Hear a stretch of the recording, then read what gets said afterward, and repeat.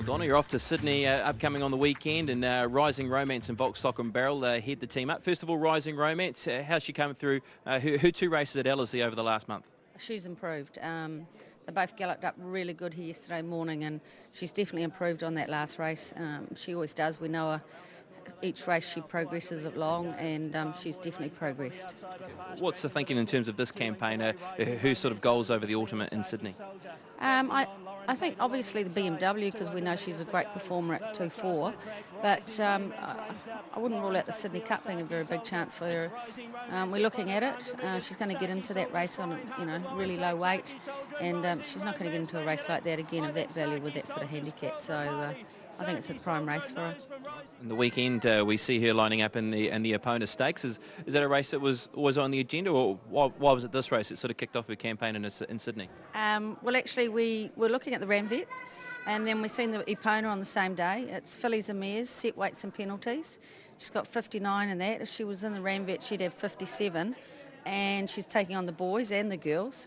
This way she's, she's so well in the weights. I think the second ratest horse in the race was about 12 rating points below us. And she meets Telepathic. Well, I don't know if she's paid up, but Telepathic, we're giving her 4 kilos. In a handicap race, she'd be giving her 12. So we're very well placed, and it's 5 lengths easier run than the Ramvet, and we're backing up a week later into the BMW. She doesn't need a gutbuster this weekend.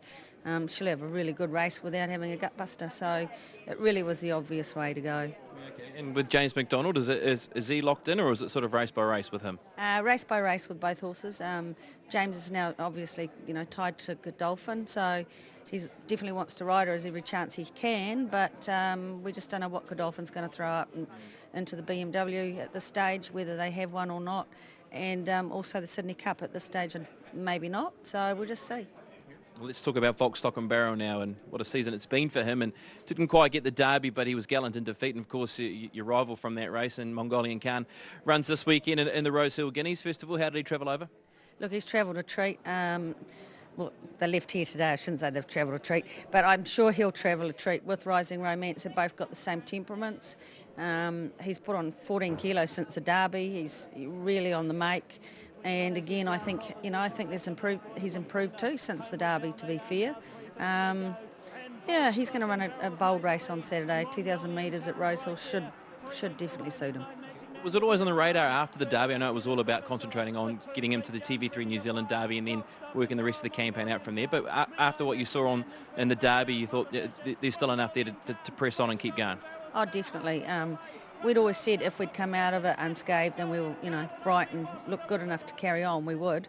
And straight after the Derby, Jimmy Gibbs was up here the other day, and I brought the horse out and paraded him, and he says, "My God, isn't he bright and bouncy?" And I says, "Yeah, well, I've been confident that I'm reading it right." And he says, "No, you can see there's plenty of bounce in this horse's feet." So, that just sort of reassured my judgment again. And yeah, we're very happy going forward. It's not like he's had a real hard Derby race it was a hard race, don't get me wrong, but it hasn't really taken its toll on him. They don't keep gaining weight and strengthening after a race like that if they're on their way down. Yeah. And look, he was beaten by Mongolian Khan, who was the better star out of those two, but of course there was a big margin back to the rest of the field in that race as well. Yeah, it certainly was, and we're just beaten by a better horse on the day.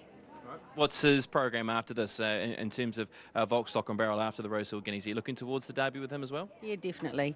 But I mean, if he runs a real bad race and gets his backside kicked in, well, then you'd have to look at it seriously about coming home, I guess. But I don't think he'll do that to us. I hope not. Yeah. Have you started thinking about spring plans with him as well yet, in terms of maybe getting back to Australia for possibly Melbourne?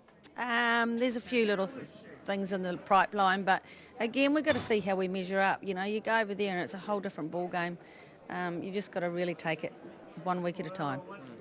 This is a good kickstart anyway, the championships in Sydney. All the best to you, Donna, with both your runners in Rising Romance and Volkstocknbarrel.